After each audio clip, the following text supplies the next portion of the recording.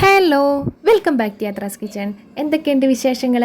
അതെ, ഇന്ന് നമുക്ക് മീനില്ലാതെ മീൻകറി ഉണ്ടാക്കി നോക്കിയാലോ? നല്ല എളുപ്പമാണ്, നല്ല ടേസ്റ്റാണ്. അപ്പോൾ വെറും സിമ്പിളായിട്ടുള്ള പരിപാടിയാണ്. എന്നാൽ പിന്നെ നോക്കാം അല്ലേ? അപ്പോൾ നമ്മളുണ്ടല്ലോ ഒരു 4 വഴുതനങ്ങ എടുത്തിട്ടുണ്ട് കേട്ടോ. അപ്പോൾ ഇനി അതിനെ ഒന്ന് അരിഞ്ഞെടുക്കണം. അതിനെ എങ്ങനെ വേണേലും ആവാം. ഞാൻ ചെറുതായിട്ട് നീളത്തിലാണ് എടുത്തിരിക്കുന്നത്.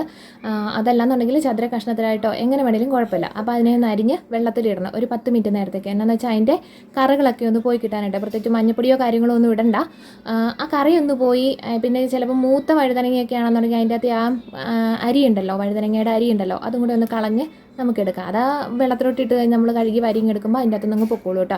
അപ്പോൾ അതാ ഒരു 10 മിനിറ്റ് കഴിഞ്ഞപ്പോൾ നമ്മൾ കടായി അടുപ്പത്തോട്ട് വെച്ചിട്ടുണ്ടല്ലോ, നല്ല വെളിച്ചെണ്ണയൊക്കെ ഒഴിച്ച് കൊടുത്തിട്ടുണ്ട്. ഇനിയിപ്പോൾ അതിലേക്ക് ഇത്തിരി കടുക് ഇട്ട് കൊടുത്തോളാം. പിന്നെ പോയിട്ട് നമ്മുടെ ഇത്തിരി ഉലുവ, ഒരു നുള്ളു മതിയെന്നേ, ഇത്തിരി മതിയല്ലോ. അപ്പോൾ അതുകൂടി ഇട്ട് കൊടുത്ത് അതൊന്ന് പൊട്ടി കഴിയുമ്പോഴത്തേക്കുണ്ടല്ലോ നമ്മുടെ ഇഞ്ചി, വെളുത്തുള്ളി, പച്ചമുളക്, കറിവേപ്പില ഇതെല്ലാം കൂടെ നമുക്കൊന്ന് ഇട്ട് കൊടുക്കാം കേട്ടോ. അപ്പോൾ ഇത് മൂക്കാനുള്ള എന്താ പറയുക, ഒരു നുള്ളു ഉപ്പ് വേണമെങ്കിൽ ഇട്ട് കൊടുക്കാം. അത് വലിയ നിർബന്ധമൊന്നുമില്ല. ഒരു തരി കുറച്ചല്ലേ ഉള്ളൂ, ഒരുപാട് കറി വെക്കുന്നില്ല. അപ്പോൾ ഇതൊന്ന് മൂത്ത് അത് പെട്ടെന്ന് തന്നെ വന്നോളും. അപ്പോൾ അതൊന്ന് അതിൻ്റെ ആ ഒരു പച്ചമണം മാറി വരുമ്പോഴത്തേക്കും മഞ്ഞൾപ്പൊടി, മുളക് പൊടി, മല്ലിപ്പൊടി ഇട്ട് കൊടുക്കണേ. അപ്പോൾ മുളക് പൊടി ഇത്തിരി കൂടുതൽ ഇട്ട് കൊടുക്കുന്നതായിരിക്കും നല്ലത്. കാരണം മീൻ കറിക്കൊക്കെ ആകുമ്പോൾ നല്ല എരിവ് ഉണ്ടാവുമല്ലോ. ഇവിടെ പിന്നെ കുഞ്ഞുങ്ങൾക്കൊക്കെ കൊടുക്കേണ്ട കാരണം ഞാൻ ഒരുപാട് മുളക് പൊടി ഇട്ടിട്ടില്ല. അപ്പോൾ എന്നിട്ട് പോലും ഒരുമാതിരി എരിവ് ഉണ്ടായിരുന്നു. ഒരു ഇത്തിരി മുളക് പൊടി ഇട്ടുള്ളൂ, എന്നിട്ട് പോലും എരിവുണ്ടായിരുന്നു. പിന്നെ മല്ലിപ്പൊടി ആണെങ്കിലും ഇത്തിരി ഇട്ട് കൊടുത്തിട്ടുണ്ട്, അതൊരു രുചിയാണ്, അതുകൊണ്ട് മാത്രം. അപ്പോൾ അത് നമ്മുടെ പൊടികളുടെ എല്ലാം പച്ചമണം ഒന്ന് മാറിയതിന് ശേഷം നമ്മൾ കഴുകി വരി വെച്ചിരിക്കുന്ന വഴുതനങ്ങയും കൂടി ഇട്ട് കൊടുത്ത് അതിലേക്ക് ആവശ്യമുള്ള ഉപ്പും കൂടി ഇട്ട് കൊടുത്ത് നന്നായിട്ടൊന്ന് വഴറ്റിയെടുക്കണം. അപ്പോൾ ആ മസാലയെല്ലാം കൂടെ ഒന്ന് മിക്സ് ചെയ്ത് വരുന്നിടം വരെ ഒന്ന് വഴറ്റി കൊടുത്തോളാം കേട്ടോ. എന്നിട്ട് വേണം നമുക്ക് വെള്ളം ഒന്നും ഒഴിച്ചു കൊടുക്കണ്ടായപ്പോഴത്തന്നെ അത് നന്നായിട്ടൊന്ന് വേവാൻ വെക്കുക. അതായത് ഒരു 5-6 മിനിറ്റ് മതിയാവും. അന്നേരത്തേക്കും തന്നെ അത് നന്നായിട്ടൊന്ന് വഴന്ന് വന്നോളൂ കേട്ടോ. അപ്പോൾ നമുക്കിതെല്ലാം കൂടെ തട്ടിപ്പൊത്തിയിട്ട് നമുക്കൊരു 5-6 മിനിറ്റായിട്ട് വേവാനായിട്ട് വെക്കാം കേട്ടോ.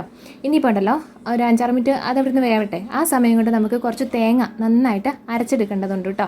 അപ്പോൾ തേങ്ങായും അതിൻ്റെ കൂടെ വേണമെന്നുണ്ടെങ്കിൽ ഇത്തിരിയുടെ മുളകൊക്കെ ചേർക്കാം. ഞാനത് പറഞ്ഞല്ലോ, കുഞ്ഞുങ്ങൾക്ക് കൊടുക്കേണ്ടതാണ്, പ്രത്യേകിച്ച് ഒത്തിരി വേറൊന്നും ചേർത്തിട്ടില്ല. അപ്പോൾ തേങ്ങ മാത്രം ഒന്നിട്ട് അരച്ചെടുത്തിട്ടേ ഉള്ളൂ. അപ്പോൾ അതാ നല്ല പേസ്റ്റ് പോലെ ഒന്ന് അരച്ചെടുത്തിട്ടുണ്ട്. ഇനിയിപ്പോൾ നമുക്ക് നമ്മുടെ വഴുതനങ്ങ, വേവാൻ വെച്ചിരിക്കുന്ന വഴുതനങ്ങ നമുക്കൊന്ന് തുറന്ന് നോക്കാം കേട്ടോ. അപ്പോൾ അതാ ഈ പരുവത്തിൽ പാതി മുക്കാലും തന്നെ വെന്തിട്ടുണ്ട്. അപ്പോൾ അതൊന്ന് എടുത്ത് മാറ്റിക്കൊള്ളാം, കരിഞ്ഞിട്ടൊന്നുമില്ല, കുഴപ്പമൊന്നുമില്ല. അപ്പോൾ അതൊന്ന് ഇളക്കി കൊടുത്തതിന് ശേഷം ഉണ്ടല്ലോ നമ്മൾ അരച്ച് വെച്ചിരിക്കുന്ന തേങ്ങയുടെ പേസ്റ്റും കൂടെ അതിൻ്റെ അകത്തോട്ടൊന്ന് ഇട്ട് കൊടുത്തോളൂ കേട്ടോ. അപ്പോൾ പ്രത്യേകിച്ച് ഒരുപാട് വെള്ളം ചേർക്കണ്ട, എന്നാൽ അത്യാവശ്യത്തിനൊക്കെ വെള്ളം ചേർക്കണമല്ലോ. മീൻകറിയല്ലേ നമ്മൾ വെക്കുന്നത് അല്ലേ? മീനില്ലാത്ത മീൻകറി ആകുമ്പോൾ അതിന് അത്യാവശ്യമൊക്കെ വെള്ളം നമുക്ക് ആവശ്യമാണല്ലോ അല്ലേ? അപ്പോൾ എന്തായാലും ആ തേങ്ങയുടെ മിക്സ് എല്ലാം കൂടെ അതിൻ്റെ അകത്തോട്ടൊന്ന് ഇട്ട് ഒന്ന് ഇളക്കി കൊടുത്തതിന് ശേഷം ആ മിക്സിയുടെ ജാറും കൂടെ കഴുകി അതിൻ്റെ അകത്തോട്ടൊന്ന് ഒഴിച്ചു കൊടുത്തോളാം കേട്ടോ. ഇനി നമുക്ക് ഇത്തിരി പുളിയുടെ ആവശ്യമുണ്ടല്ലോ. ഒന്നെങ്കിൽ നമുക്ക് തക്കാളിക്ക ചേർക്കാം, അതല്ലാന്നുണ്ടെങ്കിൽ കുടംപുളി ചേർക്കാം. ഞാനിവിടെ ഇതൊന്നുമല്ല, നമ്മുടെ വാളംപുളി ഉണ്ടല്ലോ, വെറുതെ അതങ്ങോട്ടൊന്ന് ഒരു എന്താ പറയുക, ഒരു നെല്ലിക്ക വലുപ്പത്തിലോളം ഏകദേശം എടുത്തിട്ടുണ്ട്. അതൊന്ന് പിഴിഞ്ഞ് അതിൻ്റെ ഇതെല്ലാം കൂടെ ചാറെല്ലാം കൂടെ എടുത്ത് ഒഴിച്ചു കൊടുത്തിട്ടുണ്ട് നമ്മുടെ കറിക്കകത്തോട്ട് കേട്ടോ. അപ്പോൾ ഇപ്പോൾ ഈ പുളി ഏതാണേലും കുഴപ്പമൊന്നുമില്ല. പിന്നെ കുടംപുളിയൊക്കെ ഇടുമ്പം അതിൻ്റേതായ രുചി, മീൻ കറിക്കാകുമ്പോൾ പ്രത്യേകിച്ച് കുടംപുളിയുടെ ആ ഒരു രുചി അതൊന്ന് വേറെ തന്നെയാണ്. പിന്നെ നമ്മളിങ്ങനെ കറി വെക്കുമ്പോൾ സാധാ പുളിയാണേലും കുഴപ്പമില്ല കേട്ടോ. ഇനിയിപ്പോൾ തക്കാളിയോ ഒക്കെ ആണെങ്കിലും കുഴപ്പമില്ല. ഇനിയിപ്പോൾ അല്ല മാങ്ങയുടെ ആണെങ്കിലും അതും കുഴപ്പമുണ്ടാകത്തില്ല കേട്ടോ. അപ്പോൾ അത് നമ്മുടെ കറിക്കകത്ത് എല്ലാം ഒന്ന് ഏകദേശം ഒന്ന് തിളച്ച് വരുന്ന സമയത്ത് നമുക്കൊന്ന് അടച്ച് വെച്ച് വേവിക്കാം കേട്ടോ. ഒരു 10-15 മിനിറ്റോളം അത് നന്നായിട്ടിരുന്നുണ്ട്. 15 മിനിറ്റ് പോലും വേണമെന്നില്ല, എന്നാലും ഇരുന്നോട്ടെ. ഒരു 15 മിനിറ്റോളം നമുക്കതൊന്ന് വേവിച്ചെടുക്കാം കേട്ടോ. അപ്പോൾ അതാ ഒരു 15 മിനിറ്റ് കഴിഞ്ഞപ്പോൾ നമ്മൾ തുറന്ന് നോക്കിയിട്ടുണ്ട്. നല്ല അടിപൊളി സെറ്റപ്പ് ആയിട്ടിരിക്കുന്നുണ്ട് കേട്ടോ. അപ്പോൾ നമുക്കിനി ഇത്തിരി ഉണ്ടല്ലോ കറിവേപ്പിലയും കൂടി ഇട്ട് കൊടുത്തേക്കാം.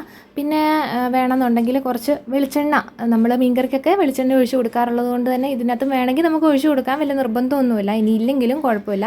ഇനിയിപ്പോൾ കടുക് പൊട്ടിച്ച് ചേർക്കേണ്ടവർക്കാണെന്നുണ്ടെങ്കിൽ അങ്ങനെയും ചേർക്കാം, അതും കുഴപ്പമില്ല. നമ്മളതൊന്നും ചെയ്തിട്ടില്ല, എണ്ണയും കൊടുത്തില്ല. എണ്ണ ആവശ്യത്തിന് ആദ്യം നമ്മളിട്ട് കൊടുത്തിട്ടുണ്ടായിരുന്നല്ലോ, അതുകൊണ്ട് അങ്ങ് നിർത്തിച്ചു. അപ്പോൾ എന്തായാലും ഒരു മീനില്ലാത്തതിൻ്റെ കുറവ് തന്നെയാണ്. എന്നാലും മീൻ ഇല്ലാത്ത സമയത്തൊക്കെ മീൻകറി കൂട്ടണം എന്ന് ആഗ്രഹം തോന്നുന്നവർക്കായിട്ട് ഇതുപോലെ കറി വെച്ചാൽ അടിപൊളി ടേസ്റ്റാണ്. ചോറുണ്ണാനായിട്ട് നല്ല രുചിയാണ്, പറയാതിരിക്കാൻ പറ്റത്തില്ല.